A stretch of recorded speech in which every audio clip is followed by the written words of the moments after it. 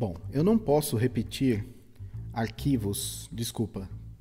código comum em todos os testes. Então, eu vou remover o que eu tenho certeza que será comum a todos. Aqui dentro de testes, eu vou salvar um arquivo chamado setup.js e vou exportar o que eu preciso ter acesso de fora. Exports vai ser igual. Eu vou exportar um objeto que vai conter a conexão e o error handler, tá?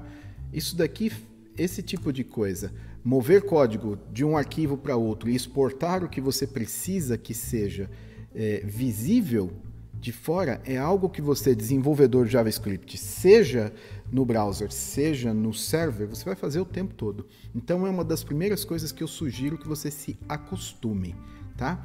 Então aqui, agora, no lugar daquele script todo, eu faria o seguinte, constante. Qual que é o meu interesse no que vem daquele arquivo? É connection e error handler. E aí vai ser igual a require setup. Não preciso pôr o JS, está na mesma pasta do arquivo de teste, e aí eu extraindo do objeto que me será devolvido por esta requisição aqui, este import, eu já jogo direto ali. E aí eu vou só verificar se o meu teste continua funcionando. Muito bem, continua funcionando. Existe, o Ava ele lhe permite que você trabalhe no modo watch. O que acontece? Toda vez que você salvar o seu arquivo de teste ou arquivos de teste, ele já roda automaticamente. Para facilitar a sua compreensão durante o vídeo, eu não vou trabalhar com o watch. Eu vou toda vez rodar npm test, porque senão o watch ele roda muito rápido. E aí quando eu voltar nessa tela, você não saberá se é algo que acabou de rodar ou um resultado de teste de alguns segundos ou até minutos atrás, tá? Então eu sempre vou rodar os testes manualmente, mas no meu dia a dia eu trabalho no modo watch. Vamos lá, vamos prosseguir. Então o arquivo ele ficou um pouquinho mais limpo. Deixa eu jogar esse aqui para cima, não vou deixar aqui mesmo. Então, eu tenho aqui a criação da categoria. Eu gostaria de extrair esta linha aqui para um método que será chamado nos demais testes, porque em todos os meus testes eu precisarei criar pelo menos uma categoria. O próximo teste é testar a atualização de uma categoria existente. Para isso eu preciso que a categoria exista. Mas tem uma coisa que eu gostaria de fazer antes disso, que é a limpeza da minha tabela. Perceba que, conforme os testes vão rodando, eu vou acumulando registros nessa tabela. E não é legal, é legal fazer uma limpeza. E eu gostaria de, quando eu precisar utilizar um ID de uma categoria, como no caso o update e o delete, eu quero ter certeza que o ID da categoria será 1. Então, para isso, antes de cada teste rodar, eu vou truncar a tabela. Então, como é que eu faço isso? O Ava ele me permite que eu execute o método before each test.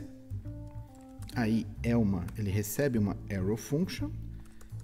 Se eu precisar utilizar o teste, eu utilizo nesta variável, mas aqui eu quero só connection execute, deixa eu ver aqui, só para query, beleza, ainda bem que eu verifiquei. Então, connection query,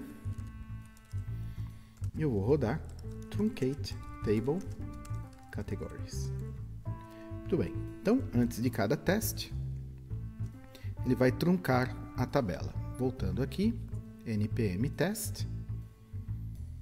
Muito bem.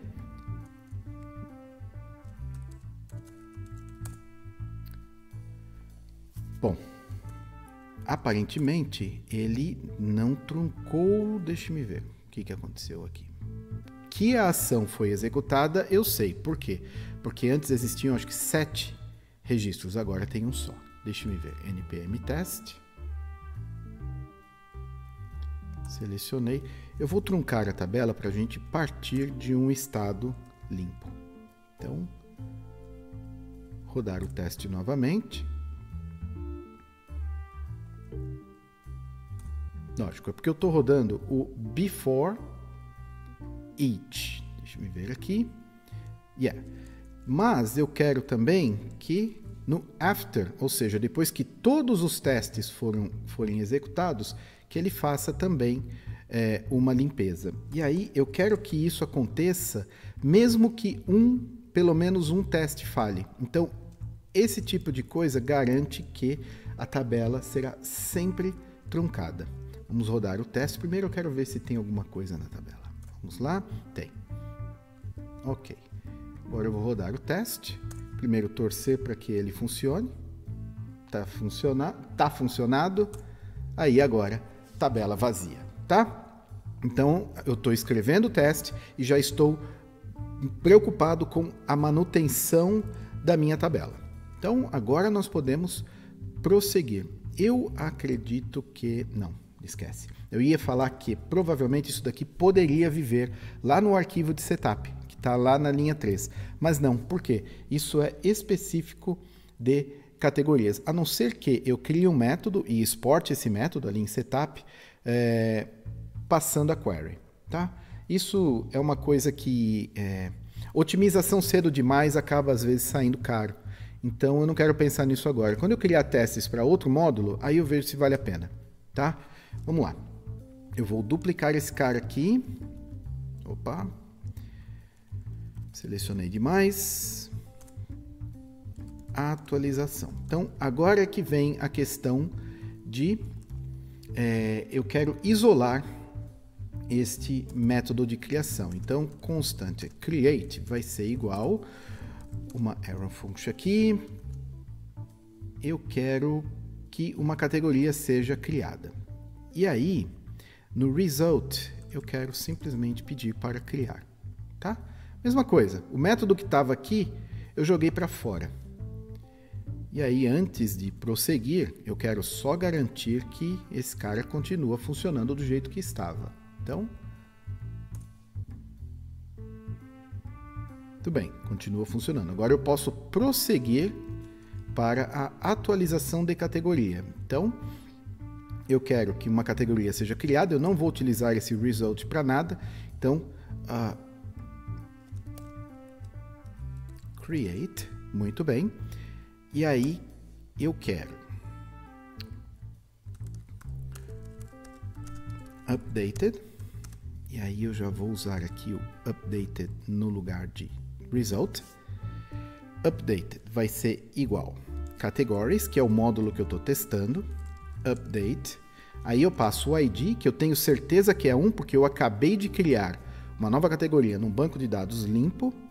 E aí eu quero que o novo nome seja category test updated. Eu vou deixar o teste falhar para que você entenda como que é um teste que falha e depois a gente muda para fazer o teste passar. Então, aqui na tela que eu acabei de limpar.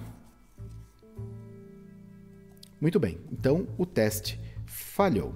Mas, na verdade, ele não trouxe o resultado que eu queria, porque a promise foi rejeitada, tá? Rejected promise. Agora eu quero entender por quê. Ah, tá. Reason. Cannot read property name of undefined. Ok, então vamos ver o que eu fiz de errado aqui. Categories update. Deixe-me ver se é esse mesmo o nome do módulo. Então, all, save, update, ID e name. Aqui no teste. Categories update, ID e name. Muito bem. Deixe-me testar. Eu vou tirar o assertion. Vou dar um console.log no updated. Às vezes eu estou tentando acessar algo que não é aquilo. Ah, olha lá. Esqueci do await aqui. Porque isso aqui retorna uma promise, tá? Agora, se eu rodar o teste, eu teria acesso ao que foi criado. Category name, não criado, atualizado, né? Então, voltando aqui, eu posso retomar o processo de assertion. Muito bem, agora o teste falhou do jeito que eu queria que ele falhasse. Ele me diz qual que é a diferença. O maisinho verde me diz o que é o esperado. Desculpa, esse aqui é o que é o esperado, esse é o que foi retornado. Não, desculpa, contrário. Deixa eu ver aqui. Esse é o que foi... O maisinho verde é o que é esperado, o menos vermelhinho é o que foi retornado. Então agora eu vou atualizar o meu teste para que ele passe. Ok, 2 testes passaram e eu quero ter certeza que a minha tabela está sendo limpa. Então eu estou aqui num bom caminho. Eu vou aproveitar o bom ritmo e já vou testar a remoção. Então, duplicando esse cara aqui. Remoção. Mas antes, acabei de me lembrar que tem outra coisa que eu posso testar. Lembra do Affected Rows? Então, eu quero garantir que Affected Rows igual a 1. E aí, voltando aqui no terminal. Beleza. O teste continua passando porque o Affected Rows está sendo retornado quando eu atualizo uma categoria. E aí agora, para finalizar esta parte, ou esta aula pelo menos, remoção de categoria. Então eu vou criar, aqui ao invés de updated, eu vou colocar removed, categories del, eu tenho o await, e eu quero testar apenas isso aqui, affected rows igual a 1, que é o que vai garantir que a categoria foi removida. Muito bem, 3 testes passando, olha só que legal. E, por fim, eu quero testar a lista. Eu vou criar 1 ou 2 categorias e eu quero ver se o tamanho da lista é o tamanho esperado. Mas isso na próxima aula.